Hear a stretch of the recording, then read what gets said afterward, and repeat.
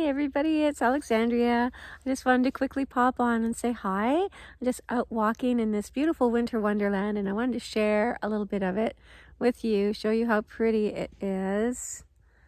And I'm actually at the quarry.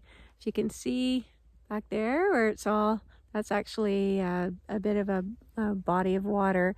And it's just up the road from my sanctuary. And this is where the rocks were harvested from, or from this quarry. So if that's the right term, I don't know. So I was chatting with the Celestials. So that's the team that I channel, my spiritual guides and angels. And we were talking about, well, they were talking about how important it is not to compare. So I just used like yourself.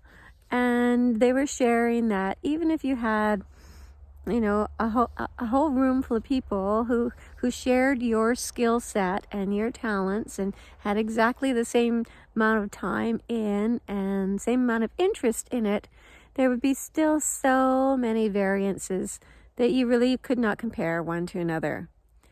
And so I just kind of was thinking about that because I know it's so easy to fall into comparisons, especially if you happen to be an entrepreneur and there's many people are awakening up to their skills and abilities and they are, endeavoring to make a business out of it. So there's going to be lots of people doing the same kind of thing that you're doing. And maybe you're comparing yourself or to people who might have been doing it longer, or they might have a little bit more marketing savvy or whatever. But the point is, you are the only you on the planet, and you have your own unique vibrational signature that can never be duplicated. And so does everybody else. So there's things that only you can achieve while you're here. So, if you're spending time comparing yourself to other people, you could come off either way. You're going to feel greater than or lesser than. I don't think you're going to compare yourself with anybody and go like, yeah, we're equals. We're absolutely equal. No. So you're either going to feel some egoic pride, or you're going to feel like you're not good enough, like you're lesser than. You need to do more. You need to be more. You need to learn more. So all of these things are just getting in the way of your joy, which is your reason for being here, your mission. Everybody wants to know their purpose in life. And it's really so simple, because your purpose in life is to enjoy life. Your purpose in life is to feel as good as you can and to open your arms wide and say, yes, I accept all my energy. I'm ready to be the totality of who I am. And when you're ready to do that, then everything just kind of falls into place.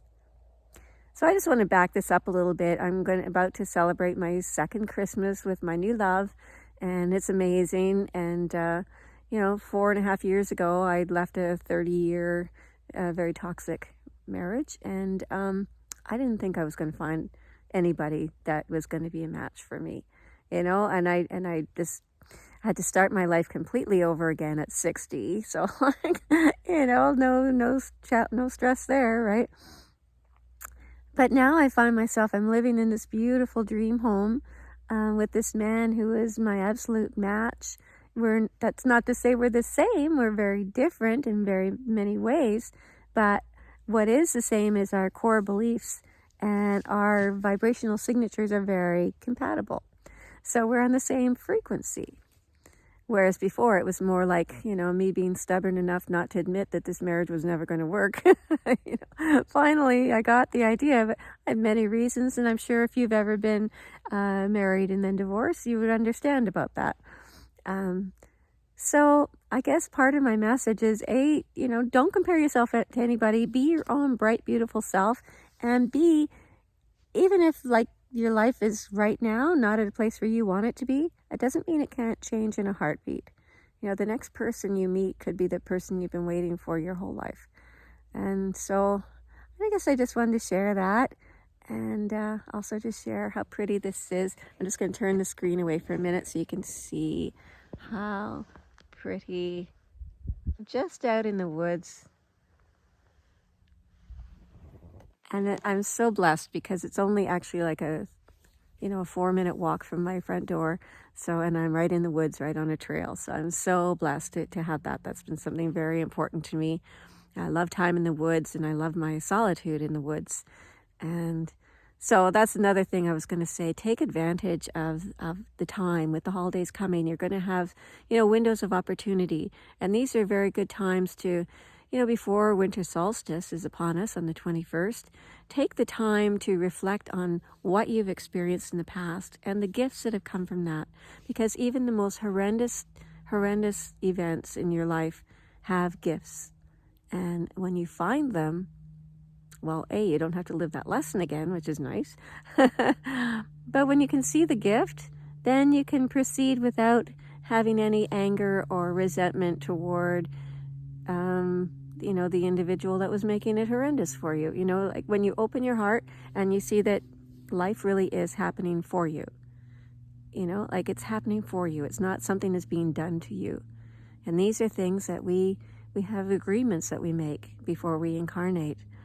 So, the longer I've been channeling, and even before that, as I was studying the Akashic Records and delving deep into the Akashic Records and learning how we repeat things over and over, lifetime to lifetime. It's not only in one lifetime that you attract the same sorts of situations. You've been doing that for lifetimes. And until you take the time to go back and learn why am I doing this, and then clear it. So that's part of the work that I do, the channeling and the Akashic Records. Part of my making choices is I've decided to let some things kind of go by the wayside. I mean, I'm a Reiki master, and I'm certainly available if people want some training or treatment, but it's not something I'm really advertising anymore. I love teaching yoga. I've been doing that for 22 years. But now I'm doing it for me. I'm not teaching classes at the moment. So I'm really just focusing, I'm really doubling down on those things that really bring me the most joy. Although the Reiki and the yoga, I'm certainly keeping in my own lifestyle. So they're in my daily plan every day because they are so significant. But there's people who only want to do that. And I'm rather eclectic. I'm always following the energy, wherever the energy is leading me. And right now it's not leading me down those arenas.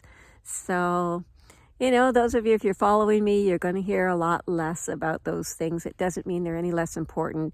It just means that I'm just really trying to stay focused and really just I want to be of service in the best way I can. And so I have to follow my own unique blend, my own unique vibrational frequency, and follow that. And then I'm making the kind of difference in the world that I want to make and being of service in the way I want to do that. So I would recommend that for you too. There's nothing wrong with letting go of something.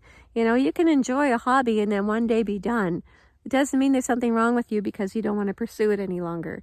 It means there's something else waiting for you. So my final thought here today, I was just rambling away, but it felt important and I really wanted to connect. So just, follow your bliss. Joseph Campbell said it. Said it best, and it's been said many times since, but following your bliss, follow your excitement, go where your heart leads you. And if something isn't doing it for you anymore, let it go. Why carry that baggage into the new year? So I'll say big love and have a fabulous day, and I will talk to you again soon. Namaste. Bye-bye.